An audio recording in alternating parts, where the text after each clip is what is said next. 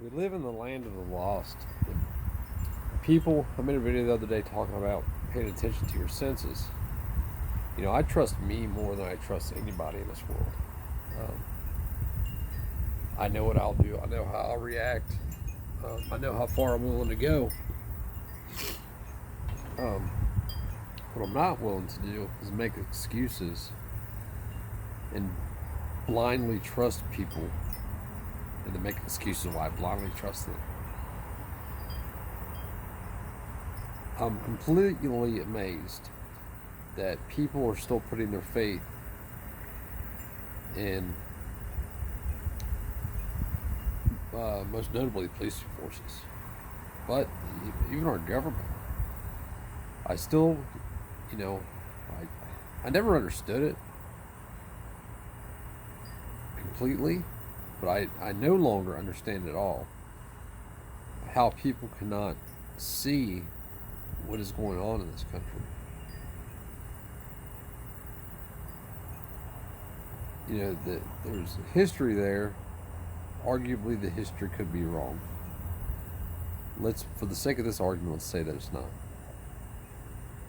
You see what happened. You can look at any atrocity committed to societies throughout history by their government.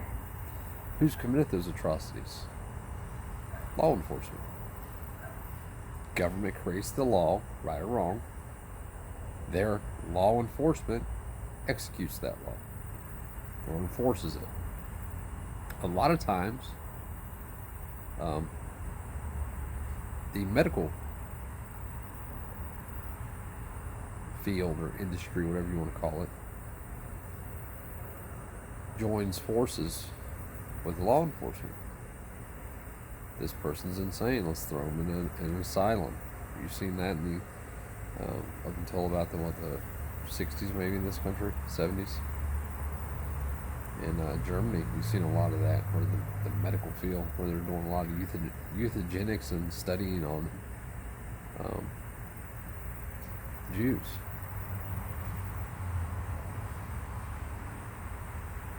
They were inferior people, right? Says government and says the medical field.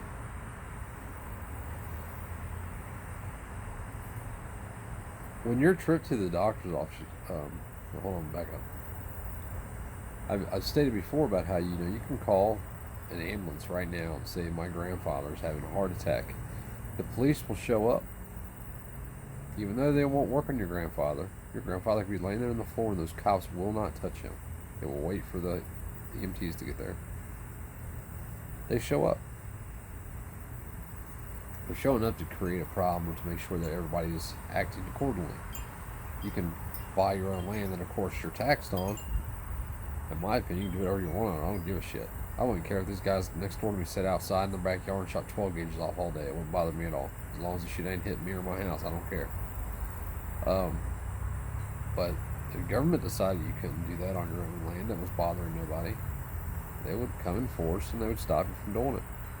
Good Luck America just recently posted a video of a guy that was at his house acting a certain way. Some young kid calls the paramedics, and they specifically say don't send the cops, because if he sees the cops, he's going to trip out.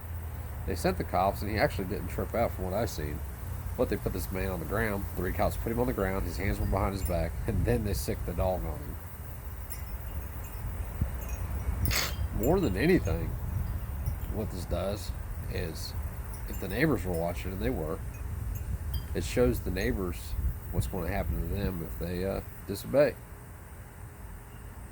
Now, if you go to an ER, you will be told you have to do certain things by not only those working there, but they will call in the police to tell you have to do certain things, like they did me yesterday.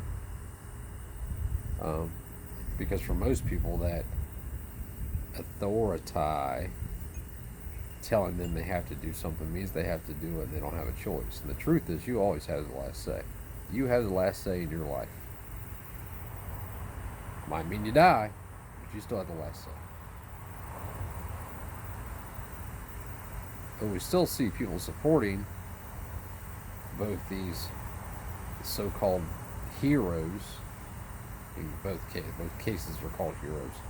One of them gets paid anywhere from 17 bucks an hour to hundreds of thousands of dollars a year because they chose to go into a field that you're inherently going to be around sick people, right? I mean, like, you knew that signing up. Yet they got they got pandemic pay, they got extra pay. So like right now, there's a run of a really bad. Well, there's two things going on in the auto industry. You have the EPA bullshit going on. You also have, when it comes to parts, a really bad run of parts. I spoke to a parts store after watching a few videos about it, and they said that like 50% of their parts are coming back defective. Some parts are not even available. So because mechanics are having to work with what they got, make things work that probably shouldn't work, should we give them hazard pay because they're having to do more work? No, they sign up to be fucking mechanics. That's what they do. Doesn't matter why they're having to do the work. That's what they sign up to do. But we've had this stuff pushed on us, especially over the last year and a half, that these certain people are heroes. And it's all just like a construct of belief. Well, this doctor is a doctor, so he knows what's best for me. No, they don't. They don't know what's best for me.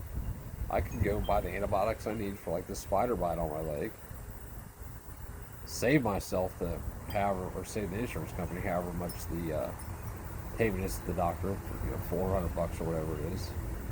Save myself the copay, and I can just go buy the antibiotics. We can't do that though, because the government's injected itself in both the medical field and the pharmaceutical industries.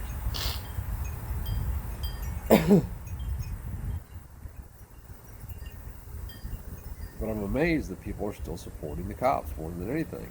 And why do you can't see what's coming? All the mask mandates, face diaper wearing, the old Jabaroo mandates that are coming down the line since Pfizer's thing was approved, FDA approved now, in such a short period of time. Oddly, I wonder whose pockets got lined with that one. Somebody's did, not just Pfizer's. If you don't think a mandate's coming, you're tripping. They're going to use that 1905 Supreme Court ruling where they stated that a community could force somebody to vaccinate if it's in the betterment of the community or in the greater, for the greater good, right? I'm not a greater good kind of person. I believe in the greater good, but not at the cost of the liberty of the individual, not at the cost of the freedom of the individual.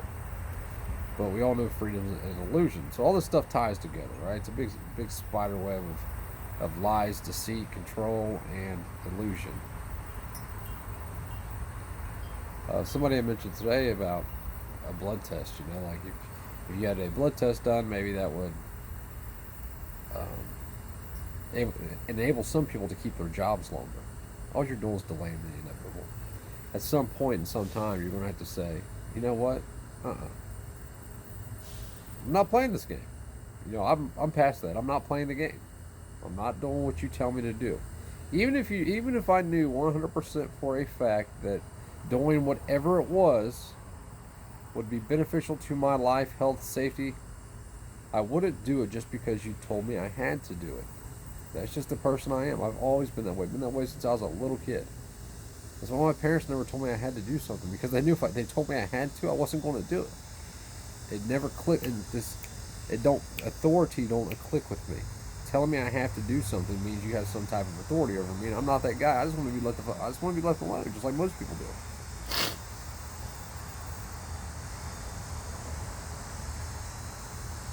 If we keep finding ways around this, other than saying I'm not doing it, nothing's going to change for the better. I asked that nurse yesterday, or actually I told her, I said, you realize the Gestapo was just following policy, right? Just doing their job. She said, we're not having this conversation. I said, oh yeah, we are. I'm having it right now. And you need to hear it, because it's the truth. You don't want to hear it. It's a hard truth for you to accept, but it's the truth. And like anything else, whether it be the police, you know the police break laws all the time. You see them beat the shit out of people all the time. Other cops don't do anything. Well, that's because it's a cop doing it. Just like when I was in the ER yesterday and I was told I had to wear a face diaper. Yet as I'm walking back there to the room where I was supposed to wear the face diaper, it never happened, by the way. I passed two for sure that didn't have one, a face diaper on, that were sitting right next to each other, but a third one in the hallway. So it was, well, they're my coworkers, so it makes it okay that they don't have one on. I'm like, and you don't know what they did this morning. Who they kissed this morning or sucked off? You don't know. Because you know them, it's supposed to be different. No, if we're going to play the game, let's play the game. Let's play it all the way 100%. No questions asked. You don't follow policy, you're fired. You don't follow policy, you're kicked out. Let's do it all the way. But it'll never be done all the way because everybody knows what it is. Even they do. The question was brought up, these people really believe, should you trust a doctor that is willing to force you to do something that you don't want to do in the first place? Doctors are supposed to aid in your medical treatment, not just treat you. You know, me, all the shit I've been through in my life, like when I go to my family doctor, I've been going 24, I don't know, maybe 5 or 6 years now. We developed a pretty quick relationship in this fact that he realized that I'm not stupid and I know what I need. Like, because I've had a lot of injuries, I've had a lot of bad soft tissue damage, a lot of cuts, scrapes, stitches, a few infections, injuries. I've just had it all. So like, and through that, I've learned what works and what doesn't work. So instead of this trial and error shit, I go in there and say, hey, how's it going? It's going great. What do you need? I need this. What's going on? I tell him what I need before I tell him what's going on. And then he either concurs or he doesn't. If he does, he says, okay, hold on, I'll be right back, and gives me the prescription for what I said I needed to come in the door, which means I didn't need him. Or he'll say, well, I know this will work. Normally is what he says, or he says, you're fucked, you're messed up in the head because that ain't for this. And I'll say, oh, my bad, I probably should have checked up on that. And he will recommend something else.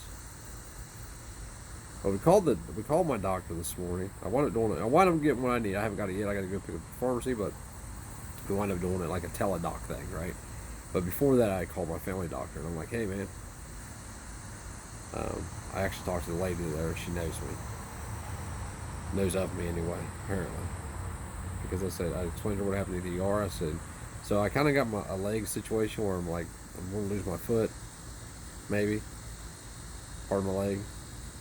But I'm not wearing a mask. I'm just not doing it. And she's like, well, it says right here you don't have to wear one to work. So yeah, okay, you're good. We can see you. I was like, I'm not going to have to put this thing on my face. She's like, no, it says right here you don't have to wear one to work. I said, well, I understand that. You understand that. But does everybody else going to understand that? Because it actually says work, people believe that only means work. They don't understand that normally in normal life, when you need a note for something, the only thing you would need it for is work. Because your work has the ability to do things like send you home, fire you, things like that. Or, in some cases, if you have to lift over 50 pounds, but you can't lift over 50 pounds, you need a note. But just because I can't do it at work doesn't mean I can go home and do it. When I'm at home, I have the option of not putting a face diaper on, or a face covering, as it says. So they made the appointment, and then the telehealth doctor called before I went there, so I went on the telehealth thing, or forget what it's called. It's not telehealth, it's something else. And it was as simple as sending pictures and talking to the dude on the phone. Shout out to TLR Inc. because my dumb ass didn't even really know you could do that until he mentioned it. My doctor knows this bullshit.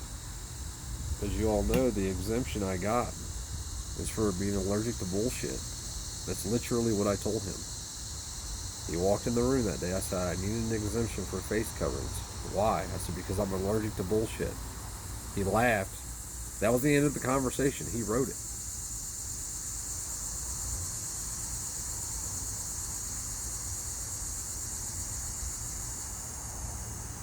I have back injuries. I'll get back to the point here in a minute. I'm going to tell you this, though. And why I tell you this will tie into what I'm just talking about. I have back injuries. In 2016, I got that really bad car crash I've mentioned before. And I messed my back up really bad. And it was missed at the hospital. A month later, I wake up in the middle of the night, curled up in a ball like a little baby. Like, I had no injuries to my right leg. My right leg was hurting so bad. And I mean this was all seriousness. If I'd have had access to a saw, I would have cut it off. I would have cut it off. I'm not being funny. I would have thought twice about it. I just wanted it gone. The pain gone. The only way in my mind was to get rid of the pain was to get rid of the leg. Turned out it was a back injury that had been missed throughout the car accident ordeal. So they were going to do a double interbody fusion on my back. So what they were going to do is fuse 4 vertebrae together, put 2 discs from a cadaver in my back, fuse the 2 vertebrae on T11 and 12, fuse the 2 on L5 and S1, or the 2 vertebrae, yeah, top and bottom. I went to see another doctor, and he said the same thing. You need to have the surgery done. Like, man, like, I'm not ready to have the surgery done. I was just trying to see if there was another way. So I wound up going to a doctor that some people like to do, some people don't like him. I heard good things about him, heard bad things about him. So I went to see this other doctor. I'm like, hey, man, here is what's going on. I'm trying to find a better way. He said, well, the better way is not to do it. I said, what do you mean? He said, well, yeah, it will improve your life for the next 2 to 3 years. After that, you will be equal to or worse off than you are today. So if you're willing to go through the surgery, the months of rehab, and whatever, just to be where you're at, or be even further behind, I mean, you'll possibly not even be walking that through the surgery, go ahead and do it. He's like, but my suggestion to you is you push through. Deal with it. So that's what I did. The day of the surgery, I waited till the morning of, and I called him like, yeah, I can't do it. I just can't do it. Can't have you open my back up and put all this, this titanium and shit in me and be the same. When I asked my doctor about it, because I went back to see him after this fact, and I asked him why he didn't tell me this, he said the other doctor was full of shit. I said, okay, whatever. And here I am, 4 years later, no worse than I was that day.